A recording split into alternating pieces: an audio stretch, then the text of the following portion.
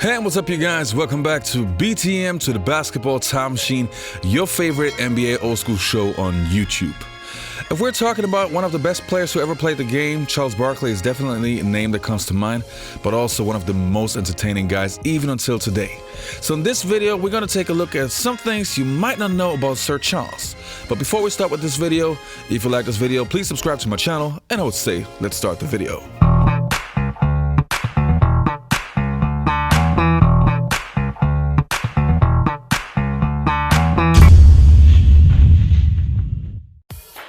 Number 1, Charles Barkley gained weight on purpose so he wouldn't be drafted by the Philadelphia 76ers. It is no secret that Charles Barkley had his issues with his weight throughout his entire career. I mean, there's a reason why he had the nickname the Round Mound of Rebound. This was actually one of the reasons why he wasn't on the Olympic team in 1984. But in the same year when he was about to make his move to the NBA, Charles was trying to gain some extra weight. So, your weight. I think you weighed 284 pounds before the 76ers drafted you. And they wanted to 300. Okay. And they wanted you to get down to 275 before the draft. You end up getting down to 272 pounds. And then what happens? I go back down to Houston. I'm actually around down 270, to be honest with you. And my agent says, hey, you know, we need to talk about this 76ers situation. I said, what's the situation? He says, you know, they have a hard cap in the NBA, and you're going to have to get like the minimum. 1 year, $75,000. I said, I didn't leave college for $75,000. So this is 2 days before we got to stop back in Philly before we get to New York for the draft. So I said, well, we got to make sure the Sixers don't draft me again. So we went on a 2-day eating binge. We got up the first morning. I had like 6 pancakes, bacon, washed it down with a vanilla shake. Then we went to lunch. I think I had like 4 or 5 pieces of Kentucky Fried Chicken, some mashed potatoes. Then we went to dinner someplace. I had like a T-bone steak, had a baked potato. And then next day did the exact same thing.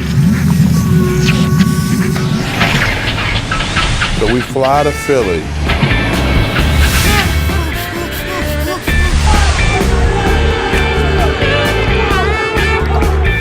I get on the scale, I'm like 302. And Harold Cass cursing me. You That's the owner of the 70s. You fat, lazy, blah, blah, blah. Just get out of here. Get out of here. The Philadelphia 76ers select Charles Barkley of Auburn. The look on my face is, are you kidding me? The round mound of rebound, tipping the scales, the latest at 300 pounds. He is. You weren't smiling. I wasn't smiling because I was like, I left college for $75,000. That's it. Oh my God. But in fairness to the Sixers, they ended up trading 2 guys. And my first contract was 4 years, $2 million. So I'm off and running then. Number 2, Charles Barkley kind of forgot about Space Jam.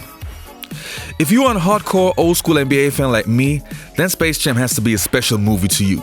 To be 100% correct, Space Jam has to be one of my favorite movies of all time, just because it was so special back in the days to seeing your favorite NBA players in a motion picture. So naturally, you expect your favorite NBA players to love that movie too, especially the ones who played in the movie. But Charles Barkley is a different kind of dude. Apparently, he can't even remember who of his teammates played who. You and several of the players get your talents stolen by these monsters. So we're going to kind of play a who he play for. It's just who he. And so we're going to show you these monsters. You can tell me if you remember. Bang. Whose talents did Bang steal? Sean Bradley? No. Patrick, good luck with Sacramento King. Get that job, man. How about Bupkis? Larry Johnson? Hey, correct. Okay. 1 out of 2. Pound. You don't remember this. You Man, just guessing Pound. in the movie. I'm trying to think.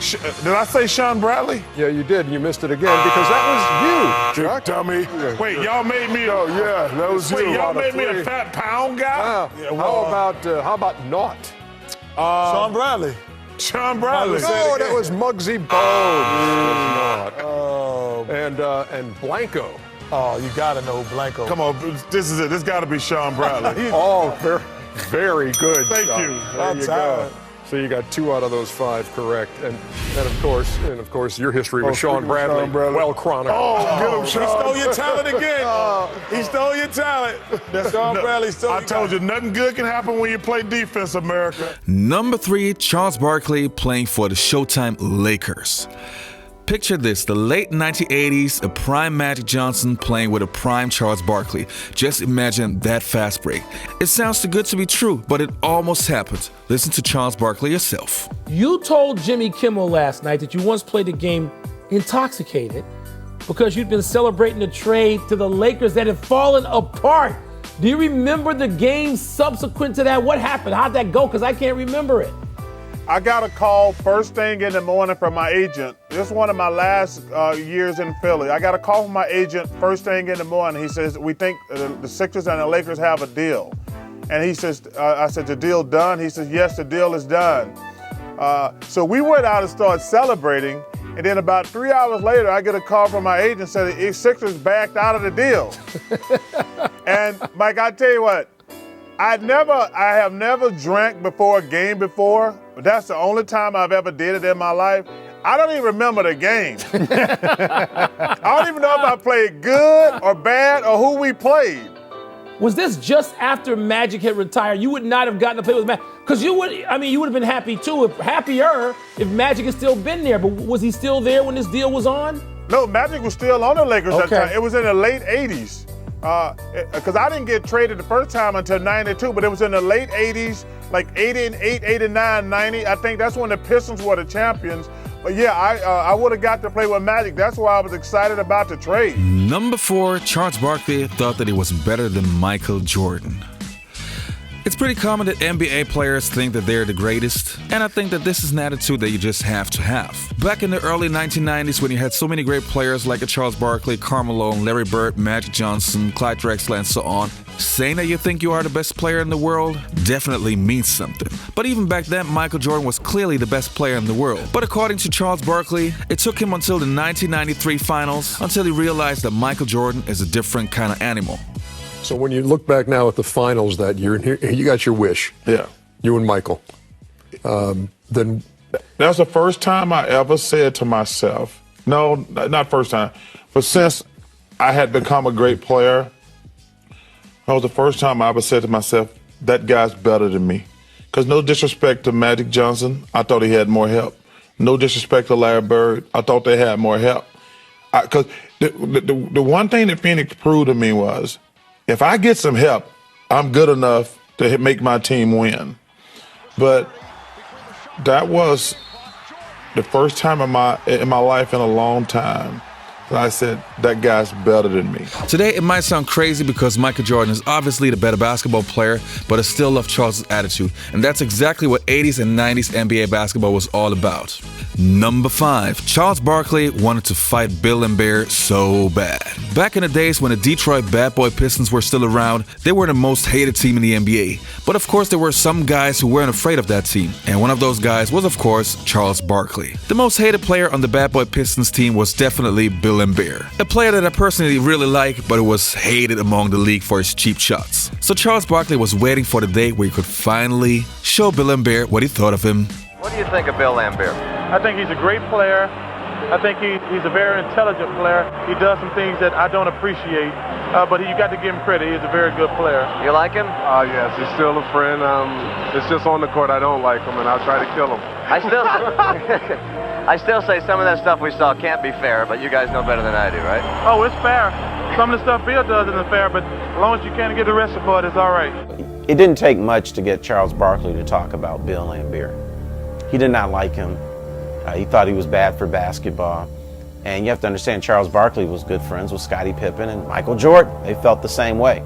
So, so now you're thinking, okay, we've got this big showdown. Something's going to happen.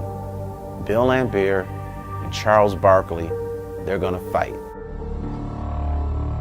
I mean, I just remember Charles just talking to Lamb the whole game. I mean, he was just talking about his mom, talking about whatever.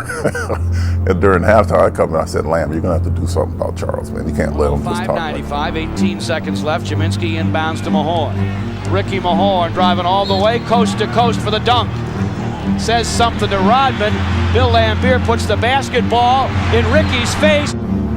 At that particular time, I dunked on Rodman, and we were talking smack the whole game. It wasn't chippiness, it was just more of talking smack. Barkley swings on Laimbeer, caught him good. They're going at it. But what started out as Mahorn and Laimbeer became very quickly Barkley and Laimbeer. That was the fight. It's a brawl. Major League. All right, you guys, that's it for today's video. I hope you enjoyed it. If you like it, subscribe, and I'll see you next time. I promise I'll never swear again. I'll never get another technical. I'll never trash talk. Yeah. And this girl, 5 feet nothing, blocked my shot. When did you first start having this dream? It wasn't a dream. It really happened.